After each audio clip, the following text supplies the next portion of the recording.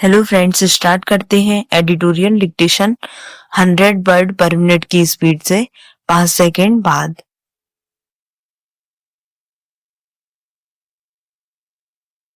Start. राष्ट्रीय राजधानी दिल्ली में सांसों का आपातकाल है। 2 करोड़ से भी अधिक की आबादी वाले महानगर में लोग पर्यावरण संकट, स्वास्थ्य संकट और आर्थिक संकट का सामना कर रहे हैं। इन सारे संकटों का कारण जहरीली हवा है। The state of the global air 2024 के मुताबिक दुनिया भर में हर 8 में से 1 मौत वायु प्रदूषण के कारण हो रही है। जब मैं यह लिख रही हूँ तब दिल्ली और राष्ट्रीय राजधानी क्षेत्र डरावने स्मोग में लिपटा हुआ है। दिल्ली और उसके आसपास कक्षाओं में पढ़ाई बंद कर दी गई है। ऑनलाइन कक्षाएं महामारी के दौर की याद दिलाती है। अनेक लोग घर से काम कर रहे हैं। सरकारी कर्मचारियों के घर से काम करने के विकल्प पर विचार किया जा रहा है। सर्वोच्च न्यायालय ने नागरिकों को मास्क लगाने की सलाह दी है।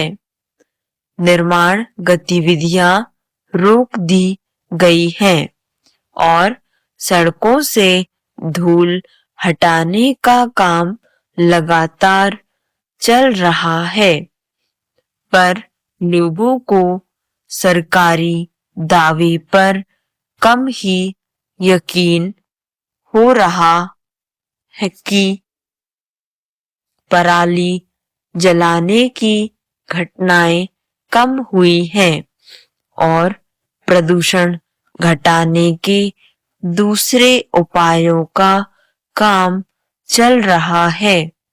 पैरा पिछले अनेक वर्षों से जाड़े के आगमन के साथ ही वायु प्रदूषण भी आता है। हालांकि कुछ लोगों और विशेषज्ञों का कहना है कि इस बार स्थिति बहुत डरावनी है। दिल्ली के कई हिस्सों में 24 घंटों का वायु गुणवत्ता सूचकांक 491 पार कर गया है, जो अति गंभीर स्थिति है। मैं 1980 के उत्तरार्ध की दिल्ली को याद करती हूँ। उसी समय मैं दिल्ली आई थी।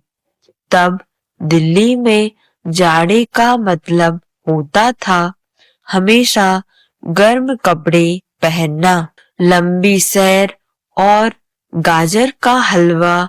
दिल्ली और मुंबई की श्रेष्ठता की लड़ाई में दिल्ली अपनी सर्दी पर इतराती थी, लेकिन दिल्ली की सर्दी वैसी नहीं रह गई है। अब सर्दी का हाथ पकड़कर जहरीली हवा आती है तो राजनीतिक आरोप प्रत्यारोपों का दौर शुरू हो जाता है।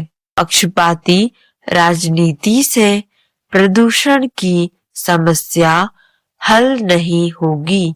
फिर जहरीली हवा सिर्फ दिल्ली की समस्या नहीं है, देश के अनेक शहर जहरीली हवा से जूझ रहे हैं। पैरा वायु प्रदूषण केवल जाड़े में गंभीर समस्या नहीं बनता, दिल्ली में यह पूरे साल की समस्या है, जिसके कई कारण हैं। राजधानी के वायु प्रदूषण में 40% हिस्सेदारी वाहनों के उत्सर्जन की है, जिसमें डीजल ईंधन वाले वाहनों की बड़ी भूमिका है। दिल्ली के आसपास खासकर गाजियाबाद, नोएडा और फरीदाबाद में फैले उद्योग भी प्रदूषण के बड़ा कारण है। जीवाश्म ईंधन के इस्तेमाल और प्रदूषण नियंत्रण के ढीले तौर तरीकों के कारण ये सल्फर डाई उत्सर्जित करते हैं। शरद ऋतु में मानसून के थम जाने और हवा की गति धीमी हो जाने के बीच हरियाणा और पंजाब में धान की फसल के अपशिष्ट को, जिसे पराली कहते हैं, खेतों में जला देने से स्थिति और गंभीर हो जाती है।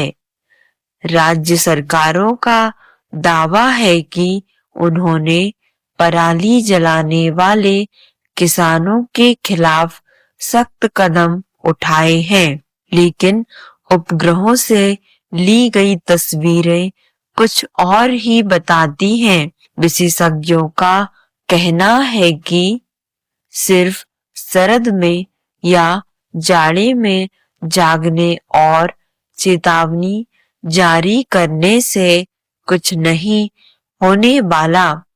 राष्ट्रीय राजधानी में प्रदूषण की स्थिति पर पूरे साल नजर रखे जाने की जरूरत है।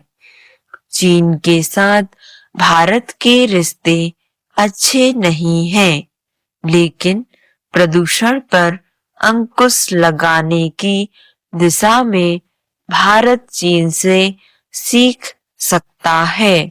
लगभग एक दशक पहले वायु प्रदूषण के मामले में दिल्ली और बीजिंग एक दूसरे से होड़ करते थे, लेकिन आज बीजिंग की हवा साफ है। इस रूपांतरण का सबसे बड़ा कारण उसकी परिवहन नीति है, जिसकी दुनिया भर में तारीफ हुई है। उसने अपने यहाँ पुराने और प्रदूषण फैलाने वाले कारों पर सख्ती से रोक लगाई है। इसकी जगह स्वच्छ ऊर्जा वाले सार्वजनिक वाहनों की व्यवस्था की गई है। यही नहीं, बीजिंग तियानजिन हेवेई क्षेत्र में प्रदूषण की स्थिति पर पूरे साल और पूरे समय नजर रखी जाती है। इन तीनों ही क्षेत्रों के प्रशासनिक अधिकारी सूचनाएं साझा करते हैं और जरूरत पड़ने पर प्रदूषण के खिलाफ साझा कदम उठाते हैं।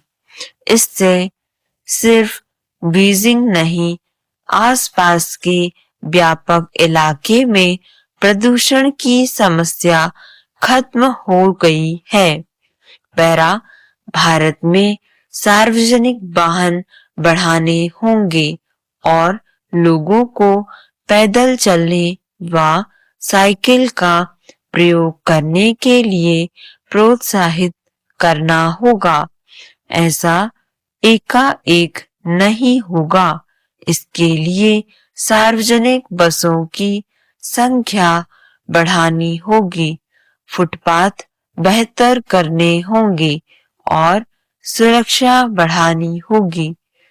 स्वच्छ ऊर्जा खुले में जलाने पर सख्त रोक, सभी उद्योगों के लिए उत्सर्जन की नीति का सख्ती से पालन, सड़क पर की धूल का प्रबंधन और हरियाली बढ़ाने पर जोर देना होगा। बीजिंग का उदाहरण बताता है कि कोई शहर प्रदूषण नियंत्रण का काम अकेले नहीं कर सकता। इसके लिए आसपास के शहरों का जुड़ाव और सहयोग जरूरी है। उपग्रहों से मिली तस्वीरों में सिंधु गंगा के मैदानी इलाकों और हिमालय की तराई में आग और धुएं दिखते हैं, जिनमें हमारे पड़ोसी देशों की भी हिस्सेदारी है। जाहिर है, हवा की गुणवत्ता बनाए रखने में व्यापक स्तर पर तालमेल की आवश्यकता है, ध्रुवीकरण नहीं। सहयोग ही इसमें काम आएगा। वायु प्रदूषण जानलेवा है। इस कारण पक्षपाती राजनीति से ऊपर उठकर काम करने की जरूरत है। स्टॉप। धन्यवाद।